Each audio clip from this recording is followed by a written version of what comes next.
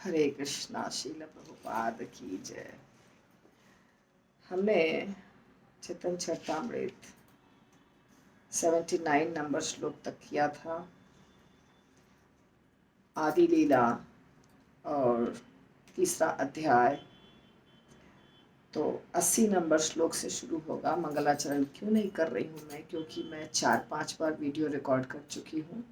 बहुत खांसी हो रही है, तो मैं धीरे धीरे बोलकर कोशिश करूँगी थोड़ा सा रिकॉर्डिंग करने की, क्योंकि 4-5 रिकॉर्डिंग फेल हो गया है, बीच में बहुत खांसी हो जा रही है। तो जीव गोस्वामी बोलते हैं कि चैतन्य महाप्रभु स्वयं कृष्ण है। अंतः कृष्णम, अंदर से कृष्ण, बहिर गौरम, बाहर से गौरांग महाप्रभु। और इस कलयुग में हरि नाम का प्रचार करने के लिए आए हैं अपने अंगों और उपांगों के साथ। भगवान कृष्ण व्यासदेव जी को दूसरे शास्त्रों में बताते हैं कि मैं कलयुग में कभी कभी संन्यास ग्रहण करके लोगों पर दया करने के लिए प्रकट होता हूँ, संन्यास ग्रहण करता हूँ। और बहुत सारे शास्त्र हैं, भागवतम, पुराण, महाभारत इत्यादि, जहाँ पर भगवान ये प्रमाण दे रहे हैं कि चैतन्य महाप्रभु स्वयं कृष्ण है। ठीक है। और चैतन्य महाप्रभु ने भी कुछ ऐसे कार्य किए हैं जिससे प्रकट होता है, समझ में आता है कि चैतन्य महाप्रभु स्वयं कृष्ण थे।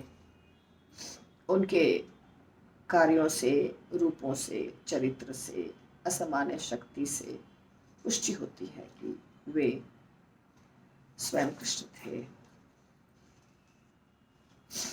भगवान कृष्ण अपने आप को छुपाने का बहुत प्रयास करते हैं, पर उनके भक्त उनको पहचान जाते हैं। यामुनाचार्य ने ये एक श्लोक में बताया है कि भगवान अपने आप को, अपने गुणों को अपनी शक्तियों से ढक लेते हैं, परंतु शुद्ध भक्त उनको पहचान जाता है। असुर कभी नहीं पहचानते हैं भगवान को। असुरों से भगवान अपने आप को छिपा लेते हैं। शुद्ध भक्तों से भगवान अपने आप को छिपा नहीं पाते हैं। इस संसार में 2 प्रकार के लोग होते हैं, एक दैवी प्रकृति वाले, एक आसुरी प्रकृति वाले। तो आसुरी प्रकृति वाले जो लोग होते हैं वो दैवी प्रकृति के बिल्कुल विपरीत होते हैं। अब अद्वैत आचार्य एक भक्त के रूप में भगवान के अवतार हैं, और उनके पुकारने से ही भगवान इस दुनिया में प्रकट हुए, चैतन्य महाप्रभु। मैं आज अलग तरह से लेक्चर दे रही हूँ, क्योंकि मैं खांसी को कंट्रोल करने की कोशिश कर रही हूँ, ताकि कम से कम 10-15 मिनट का कोई क्लास हो सके, इसलिए माफ़ करिएगा। तो जब भी कृष्णा इस दुनिया में अवतार लेना चाहते हैं तो अपने आने के पहले अपने गुरुजनों को, अपने माता पिता को भेजते हैं। इसलिए अद्वैत आचार्य, उनकी माता सची, उनके पिता जगन्नाथ मिश्र, ईश्वरपुरी, माधवेंद्रपुरी, सब पहले प्रकट हुए। ठीक है। तो अद्वैत आचार्य जब प्रकट हुए तो उन्होंने देखा ये दुनिया बहुत खराब है, यहाँ माया ही माया है, दुख ही दुख है, सारे लोग सिर्फ भोग विलास में जुड़े हुए हैं, कहीं शुद्ध भक्ति नहीं है। तब अद्वैत आचार्य चिंतित हो गए कि अब क्या करें। तो उनको एक श्लोक याद आया जो गौतमीय तंत्र का है, जिसमें जिस श्लोक में ऐसा कहा गया है कि तुलसी दल मात्रेण जलस्य चुलुकेन वा विक्रीणीते स्वमात्मानं भक्तेत्यो भक्तवत्सलः। मात्र तुलसी दल से और जल से कोई भी व्यक्ति यदि भगवान की पूजा करता है तो भगवान उससे खुश हो जाते हैं, अपने आप को बेच देते हैं। तो अद्वैत आचार्य ने यही किया। विनम्रता पूर्वक उन्होंने तुलसी दल और गंगा जल से भगवान को पुकारा, उनकी पूजा की, उनको अर्पित किया और पुकारा जोर जोर से कि आप आइए, आपका आना अभी बहुत आवश्यक है। ठीक है,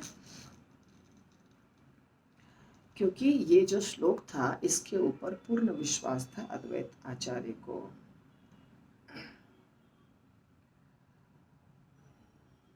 गंगा जल तुलसी मंजरी अनुशरण कृष्ण पाद पद्म भावी कोरे अर्पण।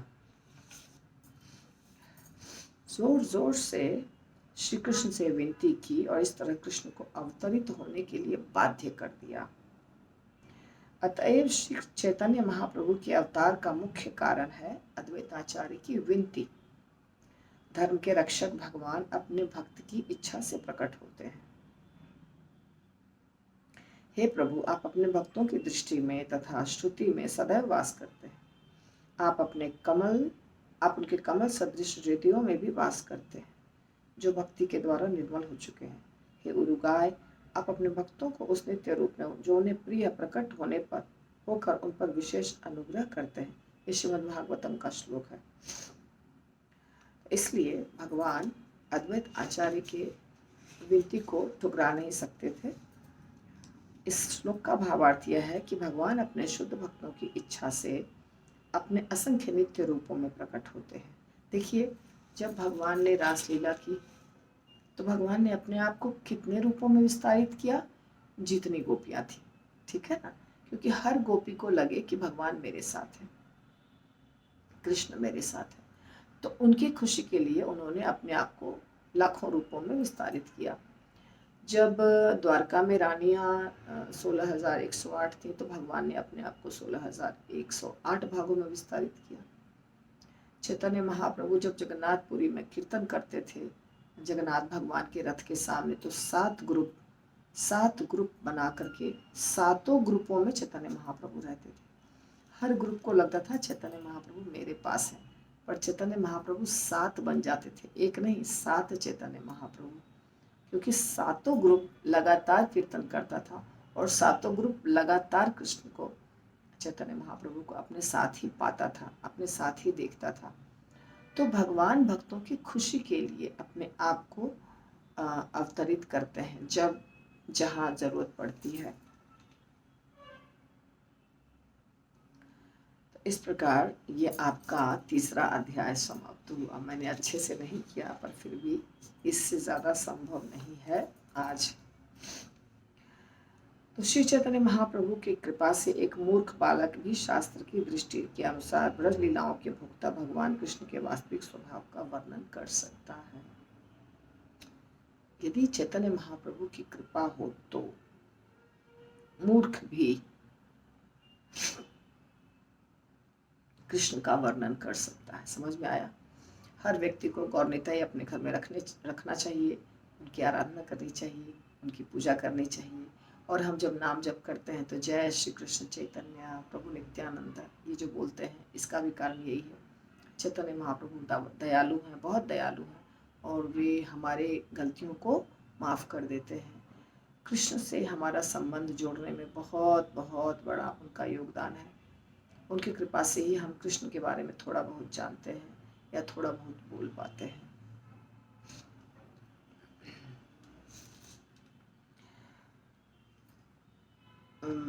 पांचवें श्लोक का अर्थ बता रहे कृष्णदास कविराज गोस्वामी। वो कहते हैं कि चतुर्थ श्लोक का सार मैंने दे दिया। पवित्र नाम के कीर्तन का प्रसार करने के लिए भगवान अवतरित हुए। यद्यपि यह सच है, किंतु तो भी भगवान के अवतार का एक और कारण है, बाह्य कारण। और कृपा करके भगवान के आविर्भाव का एक और कारण सुनना है। क्या? सुनिए, गुह्य कारण भी सुने।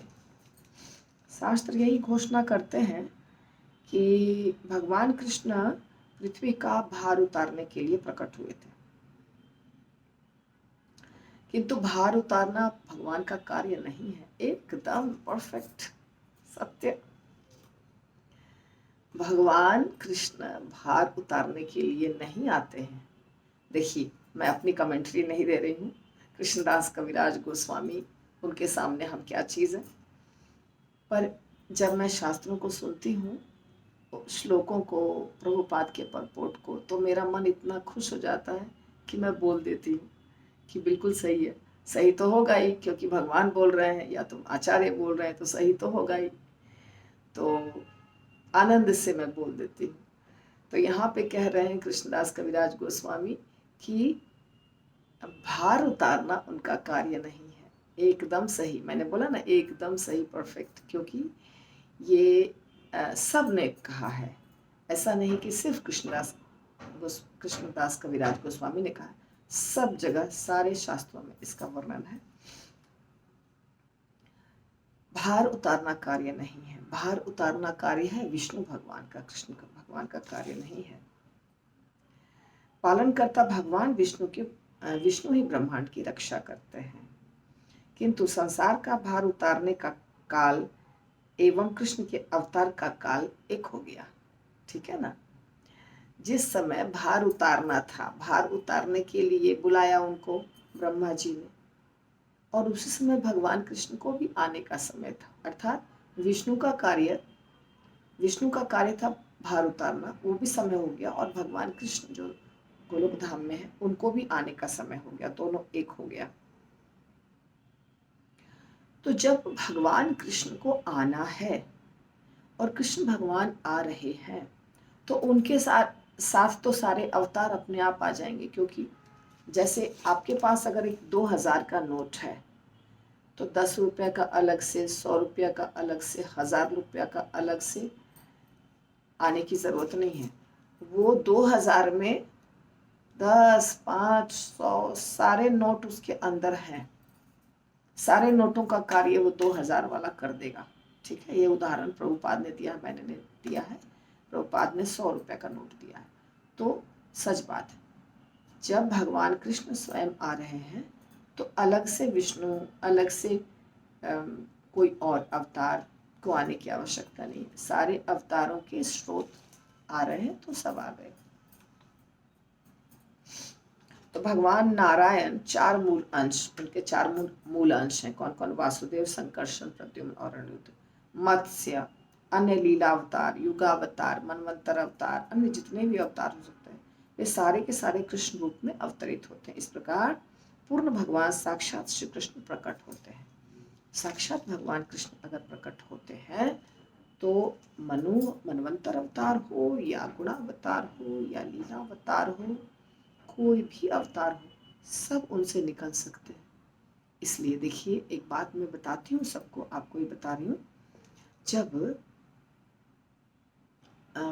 तुलसीदास जी ने कहा कृष्ण भगवान को कि मुझे तो जब आप राम के रूप में दिखेंगे तभी मुझे लगेगा कि मेरे भगवान आए, तो कृष्ण भगवान को समय नहीं लगा राम बनने में। तुरंत वो राम बन करके अपने आप को दिखा दिए, राम, लक्ष्मण, सीता इत्यादि। तो यदि कृष्ण में राम है, तभी तो वो राम बन के दिखाए अपने आप को। ठीक है। चैतन्य महाप्रभु ने अपने आप को सार्वभौम भट्टाचार्य के सामने षड्भुज रूप में दिखाया। षड्भुज यानी 2 हाथों में तीर धनुष लिए हुए, फिर बांसुरी भी लिए हुए,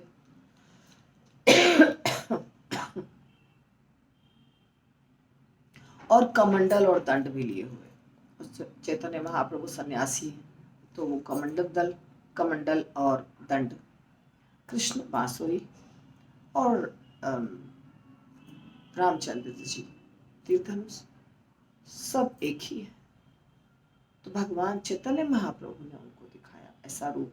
क्या इससे साबित होता है कि चैतन्य महाप्रभु राम भी थे, कृष्ण भी थे, स्वयं सारे अवतारों के अवतारी हैं, स्रोत हैं। अतएव उस समय भगवान विष्णु कृष्ण के शरीर में उपस्थित रहते हैं। और श्री कृष्ण उनके माध्यम से असुरों का संहार करते हैं। ठीक है ना। तो असुरों का संहार जब करना होता है तो कौन कार्य करता है? विष्णु भगवान, कृष्ण नहीं करते हैं। इस प्रकार असुरों का संहार गौण कार्य है। अब मैं कृष्ण के अवतार का मुख्य कारण बताऊंगा। तो असुरों को जो कार्य संहार करना था, किया भगवान कृष्ण ने, वो मुख्य कार्य नहीं था, वो गौण कार्य था, अर्थात सेकेंडरी, प्राइमरी नहीं। जैसे कहते हैं ना, परित्राणाय साधूनां विनाशाय च दुष्कृताम। तो विनाशाय च दुष्कृताम जो है वो मेन कार्य नहीं है भगवान का। क्या है प्रमुख कारण? ये देखिए बता रहे हैं। अवतार लेने की इच्छा भगवान की दो कारणों से उत्पन्न हुई थी। वे ईश प्रेम के माधुर्य का आस्वादन करना चाह रहे थे और संसार में भक्ति का प्रसार रागानुगा अनुरक्ति के स्तर पर करना चाहते थे। इस तरह वे परम प्रफुल्लित एवं सर्वाधिक करुणामय नाम से विख्यात हैं। श्री कृष्ण के अवतार लेने के समय कृष्ण के भीतर विष्णु द्वारा कंस और जरासंध जैसे असुरों का वध हो गया। ठीक है। जब कृष्ण प्रकट हुए तो उनके अंदर विष्णु है। सारे जो असुरों का वध हुआ विष्णु भगवान ने किया। जो कृष्ण का क्या था? आकस्मिक कार्य था, थोड़े समय के लिए। लेकिन श्री कृष्ण का आविर्भाव का असली कार्य क्या था? ब्रजभूमि में अपने दिव्य लीलाओं को करना, उनका मंचन करना। जीव और परमेश्वर के मध्य पारस्परिक विनिमय, जो आप जानते हैं 5 प्रकार के रसों के द्वारा भगवान कृष्ण अपने सखाओं के साथ, अपने सारी सखियां जो थी गोप बालाएं, उनके साथ, माता पिता के साथ अलग अलग रसों में जो उन्होंने प्रेम विनिमय किया, वो मुख्य कार्य था। दिव्य रस की चरम प्रणति का प्रदर्शन करना, चरम शिखर पर सबसे ऊंचा रस। रस के पारस्परिक विनिमय को रागा भक्ति कहते हैं। ये रागा भक्ति है। रागा भक्ति कौन कर रहा है? कृष्ण ही कर रहे हैं, उनके जो भक्त हैं वो कर रहे हैं। श्री कृष्ण सारे बद्ध जीवों को बतला देना चाहते थे कि वे विधि भक्ति से रागा भक्ति से अधिक आकृष्ट होते हैं। तो भगवान कृष्ण उस समय रागा भक्ति का प्रदर्शन किए, उनके भक्तों के द्वारा, उनके भक्तों ने किया और भगवान कृष्ण ने साथ दिया और बता दिया लोगों को कि यही वो भक्ति है जो मुझे खुश करती है। ये शुरुआत में भी बताया गया है। तो रसो वह सह, वेदों में कहा गया, परम सत्य समस्त प्रकार की प्रेम भावनाओं के पारस्परिक विनिमय के आगार है, करुणामय है और हम सबको देते हैं मौका। तो भगवान कृष्ण, ऐसा नहीं है कि भगवान कृष्ण गोपियों के साथ जो लीला किए या गोप बालकों के साथ जो लीला किया या उन्होंने जो माता पिता के साथ लीला किया, वो लीलाएं सिर्फ ऐसे ही बिना कारण के कर दिया, नहीं। वो सारे जीवात्माओं को जो गोलोक धाम में लीला चलती है वही लीला यहाँ करके दिखाया कि आप लोग सबको ऐसे भक्ति करनी चाहिए, ऐसे भक्ति करनी है आपको। पर सिर्फ नाटक नहीं करना है, ये हमारे आचार्य सिखाते हैं। हमें साधना भक्ति करना है, हमें गोपी बन के नाटक नहीं करना है। ठीक है। उनके स्तर तक तो पहुंचना पड़ेगा जो हमारे आचार्यगण, गौड़ीय मठ के, गौड़ीय वैष्णव, जो हमारे सारे आचार्य भक्ति विनोद ठाकुर या रूप गोस्वामी इत्यादि ने सिखाया है। हमें माला करना है, ठीक से नियमों का पालन करना है, हमारे आचार्य प्रभुपाद ने सिखाया है, और पूरी भक्ति की विधियों का पालन करना है। जब हम इसमें जुड़े रहते हैं तो फिर भगवान डिसाइड करते हैं कि हमको गोलोक धाम में कहाँ रखेंगे। ठीक है। सारा ब्रह्मांड मेरे ऐश्वर्य भाव से पूरित है, किंतु उस ऐश्वर्य के भाव से निर्बल हुआ प्रेम मुझे संतुष्ट नहीं करता। भगवान कृष्ण ने सोचा कि ऐश्वर्य है सब जगह, तो पूरे ब्रह्मांड में लोग ऐश्वर्यमय भक्ति कर रहे हैं। ऐश्वर्यमय भक्ति नहीं, पूजा। लेकिन वो वाली पूजा से भगवान खुश नहीं होते हैं। यदि कोई मुझे परमेश्वर मानता है और अपने को मेरा अधीन मानता है तो मैं न तो उसके प्रेम के अधीन होता हूँ, ना ही उसके अधीन होता हूँ। जो कृष्ण को भगवान मानता है, परमेश्वर मानता है, उससे कृष्ण उसके अधीन नहीं होते हैं, अर्थात बिक नहीं जाते हैं। कृष्ण समर्पित नहीं हो जाते हैं जो परमेश्वर मानता है, लेकिन जो कृष्ण को प्रेमी मानता है, जो कृष्ण को सखा मानता है, जो कृष्ण को बच्चा मानता है अपना, ये सब जो रस है उससे भगवान बिक जाते हैं। हमारी भक्ति बहुत नीचे स्तर की है। तो मेरे भक्त जिस भी दिव्य रस में मेरी पूजा करते हैं उसी भाव में मैं प्रदान करता हूँ। ये मेरा सहज स्वभाव है। हम तो भगवान को मानते हैं भगवान, और हम उनकी सेवा करते हैं, ये हमारे आचार्य ने सिखाया है। तो हम सोचेंगे अरे हम फिर गोलोक धाम कैसे जाएंगे, हम तो कोई रस में नहीं कर रहे। तो ये रस में जो भक्ति होती है अलग अलग प्रकार के रसों में, जैसे आपको सब जगह लड्डू गोपाल लेके घूमते हुए लोग दिखाई देंगे। वृंदावन जाइएगा तो बहुत जगह लड्डू गोपाल हाथ में लेके घूम रहे हैं। तो क्या है उनका भाव, उनको किसने क्या सिखाया है, उसके ऊपर टीका टिप्पणी नहीं करनी है। पर सिर्फ लड्डू गोपाल लेकर घूमने से नहीं मिलेगा हमें वो भाव। चैतन्य महाप्रभु की आज्ञा का पालन करना है, उनकी सेवा करनी है, साधना भक्ति करनी है, सारे गोस्वामियों के बताए हुए रास्ते पे चलना है। बाद में कृष्ण सोचेंगे, प्रभुपाद सोचेंगे हमको कहाँ रखना है। ठीक है, ये बात याद रखिए कृपा करके। ये कृष्णदास कविराज गोस्वामी अगला श्लोक भगवत गीता से कोट कर रहे हैं। ये यथा माम प्रपद्यन्ते तथैव भजामि। जो जिस भाव से मेरी भक्ति करता है मेरे शरण में आता है, सारे लोग मैं उसके अनुसार पुरस्कार देता हूँ। सारे लोग मेरे ही पथ का अनुसरण कर रहे हैं। तो मुझे अब रोकना पड़ेगा, नहीं तो खांसी एक बहुत जोर से आ रही। हरि बोल।